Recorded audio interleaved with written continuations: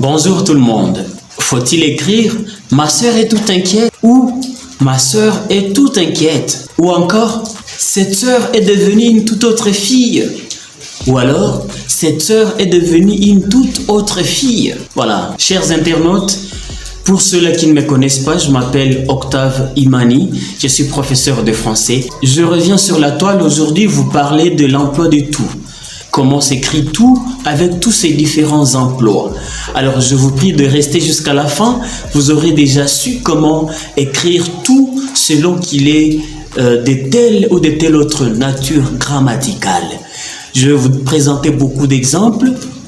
J'espère qu'à la fin, vous aurez déjà su le faire de vous-même. Si vous n'êtes pas encore abonné à la chaîne, je vous prie de le faire, aimer, commenter, partager pour que cela soit exposé à plus de gens. On y va. Le mot tout a plusieurs emplois, a plusieurs natures ou classes grammaticales.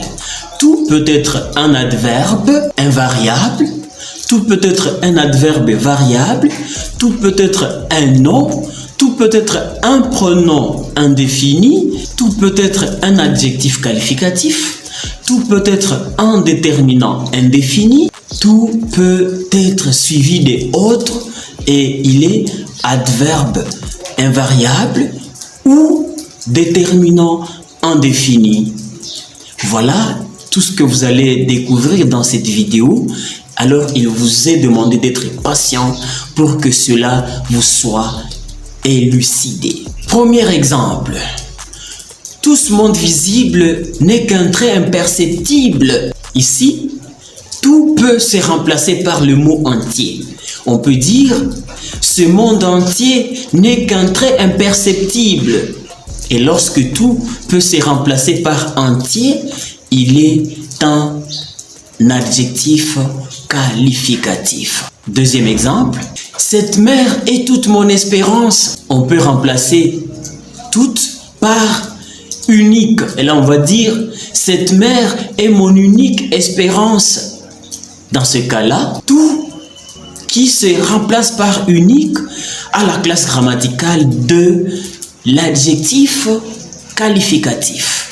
Bref, tout est adjectif qualificatif quand il peut se remplacer par entier ou unique. Deuxième cas, exemple, l'homme étant tout à l'égard du néant. Tout ici est précédé d'un déterminant article et il est donc substantivé. Il a subi la substantivation. Et dans ce cas-là, il devient immédiatement un nom. Et il signifie l'être entier ou la chose entière. Cela dépend du contexte dans lequel il est utilisé. Il peut être utilisé pour envisager l'être humain. Il peut être utilisé pour envisager une chose. S'il envisage l'être humain, alors il signifie l'être entier. S'il envisage une chose, il signifie la chose entière. Bref, tout devient un nom lorsqu'il est précédé d'un déterminant, soit article, soit démonstratif, soit possessif. Attention, au pluriel, tout prend S après T. Et là, on va dire les tout ou des tout. Troisième cas, exemple, tout passe.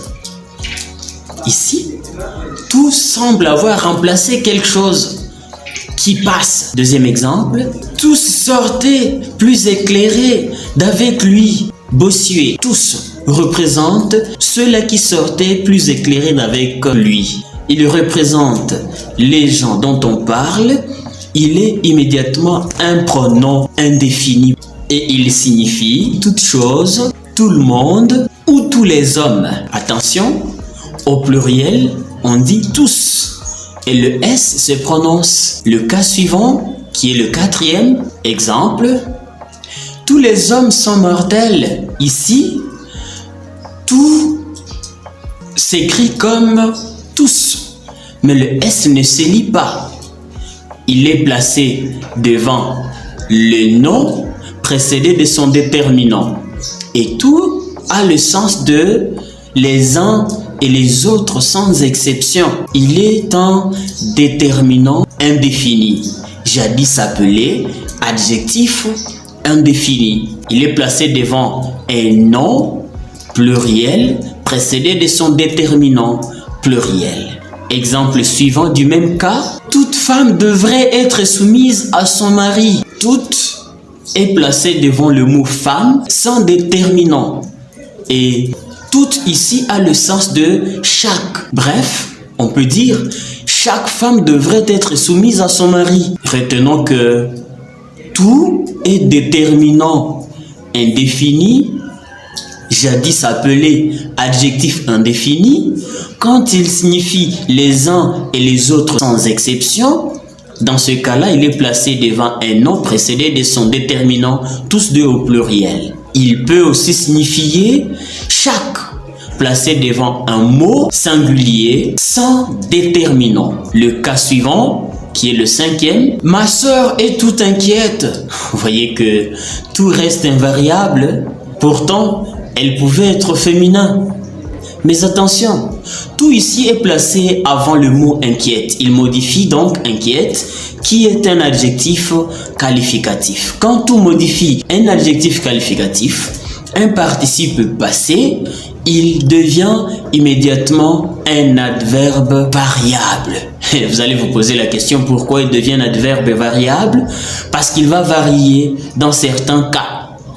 Comme dans cet exemple, cette nuit-là était toute mystérieuse. Vous voyez que tout ici a varié au genre féminin avec le mot nuit. Il modifie l'adjectif mystérieuse qui commence par une consonne, mais inquiète commence par une voyelle. Bref, tout modifiant un adjectif ou un participe passé devient variable si cet adjectif ou ce participe passé commence par une consonne. S'il commence par une voyelle, tout reste invariable.